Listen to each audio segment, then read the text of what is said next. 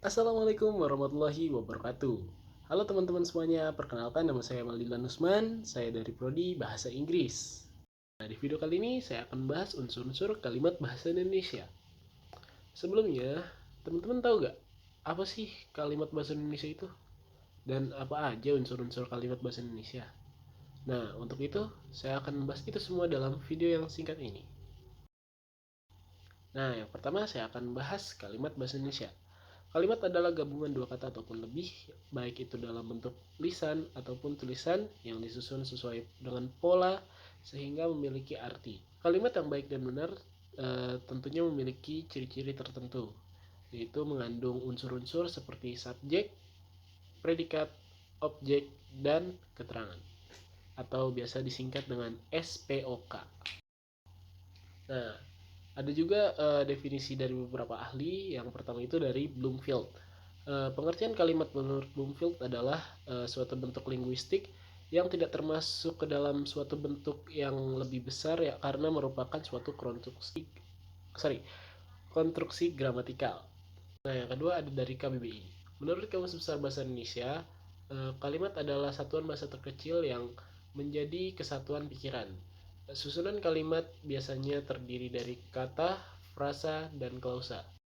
Sehingga dari pengertian di atas, kalimat bahasa Indonesia adalah satuan bahasa terkecil yang dapat berdiri sendiri karena merupakan suatu konstruksi gramatikal dengan menggunakan bahasa Indonesia. Nah, selanjutnya ada unsur-unsur kalimat. Nah, yang pertama itu ada subjek. Subjek pada kalimat umumnya berupa kata benda atau nomina dan diletakkan sebelum unsur predikat serta kata kerja. Subjek juga bisa berupa klausa dan frasa. Subjek berupa kata benda seperti benda mati umumnya ada pada kalimat pasif. Sementara itu kalau subjek berupa orang umumnya berbentuk kalimat aktif. Contohnya itu Ani belajar di ruang tamu. Ani menunjukkan subjek. Nah, yang kedua ada buku di perpustakaan banyak dipinjam oleh murid. Di sini yang menunjukkan subjek adalah buku. Unsur-unsur berikutnya ada predikat. Predikat adalah bagian dari kalimat yang bertugas sebagai penanda mengenai hal yang dinyatakan oleh penulis mengenai subjek. Predikat sendiri bentuknya macam-macam, ada kata kerja, frasa verba, kata sifat atau adjektif, frasa adjektiva, frasa nominal, frasa numeralia, maupun profesional. Contohnya itu ada Pak Yudi sedang mencuci mobil, predikat itu menunjukkan sedang, dan Dimas punya 3 buku. Punya itu menandakan predikat. Unsur yang ketiga ada objek.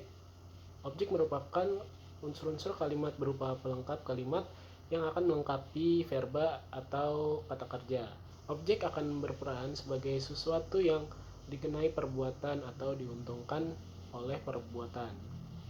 Predikat dengan verba aktif transitif akan diikuti oleh objek di belakangnya. Contohnya itu ada Dilan sedang masak ayam di dapur. Ayam itu menunjukkan objek. Dan yang kedua, Budi sedang mengerjakan ulangan matematika. Ulangan matematika itu sebagai objek karena sebelumnya itu ada kata kerja. Sebelum objek itu ada kata kerja. Yang keempat ada keterangan. Keterangan adalah salah satu unsur-unsur kalimat yang tidak termasuk ke dalam inti kalimat. Fungsi dari keterangan adalah untuk meluaskan isi kalimat maupun sebagai pembatas antara makna predikat atau makna subjek. Contoh yang pertama itu Adam sedang pergi ke pusat kota. Pusat kota itu menunjukkan keterangan tempat. Dan Budi sedang memanen sayur di pagi hari. Nah, yang keterangan itu ada di pagi hari karena itu menunjukkan keterangan waktu. Yang terakhir ada pelengkap. Unsur-unsur kalimat berikutnya adalah pelengkap atau disebut dengan komplement.